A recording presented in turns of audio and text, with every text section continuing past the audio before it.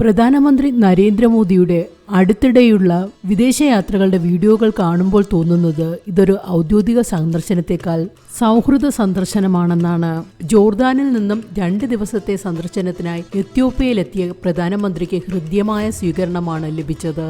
പ്രധാനമന്ത്രി നരേന്ദ്രമോദി എത്യോപ്യൻ മണ്ണിൽ കാലെടുത്ത് വച്ചതു മുതൽ എല്ലാ പ്രോട്ടോക്കോളുകളും കാറ്റിൽ പറന്നു. വിമാനത്താവളത്തിൽ അദ്ദേഹത്തെ സ്വീകരിക്കാനായി പ്രധാനമന്ത്രി അബിയ് അഹമ്മദ് എത്തിയിരുന്നു.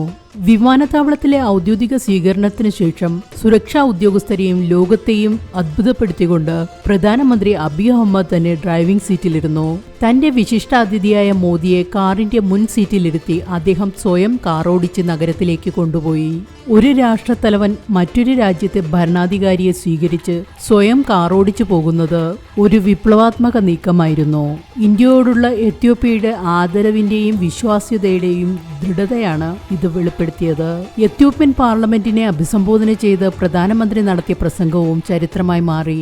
ഇന്ത്യയും എത്യോപ്യയും തമ്മിലുള്ള സാംസ്കാരിക ബന്ധങ്ങളെക്കുറിച്ചും വരുംകാലത്തെ വികസന സ്വപ്നങ്ങളെക്കുറിച്ചും അദ്ദേഹം വാചാലനായി. നിർത്താതെയുള്ള കരഘോഷത്തോടെയാണ് അദ്ദേഹത്തിന്റെ ഓരോ വാക്കിനെയും എത്യോപ്യൻ പാർലമെന്റ് സ്വീകരിച്ചത്. ഒരു വിദേശ നേതാവിന് മറ്റൊരു രാജ്യത്തെ പാർലമെന്റിൽ ലഭിക്കുന്ന ഏറ്റവും വലിയ അംഗീകാരങ്ങളിൽ ഒന്നായി ഇത് മാറി. സന്ദർശനം പൂർത്തിയാക്കി ഒമാനിലേക്ക് തിരിക്കാനായി മോദി എയർപോർട്ടിലേക്ക് എത്തിയപ്പോഴും അബിയ് അഹമ്മദ് കൂടെ ഉണ്ടായിരുന്നു. വന്നിറങ്ങിയപ്പോൾ നൽകിയ അതേ സ്നേഹവായ്പോടെ അദ്ദേഹം തന്റെ അതിഥിക്കായി വീണ്ടും കാർ ഓടിച്ചു. വിമാനത്താവളത്തിന്റെ റൺവേയിൽ വിമാനത്തിനടുത്തേക്ക് കൈകൾ കോർത്തുപിടിച്ച് സംസാരിച്ചുകൊണ്ടാണ് അവർ പോയത്.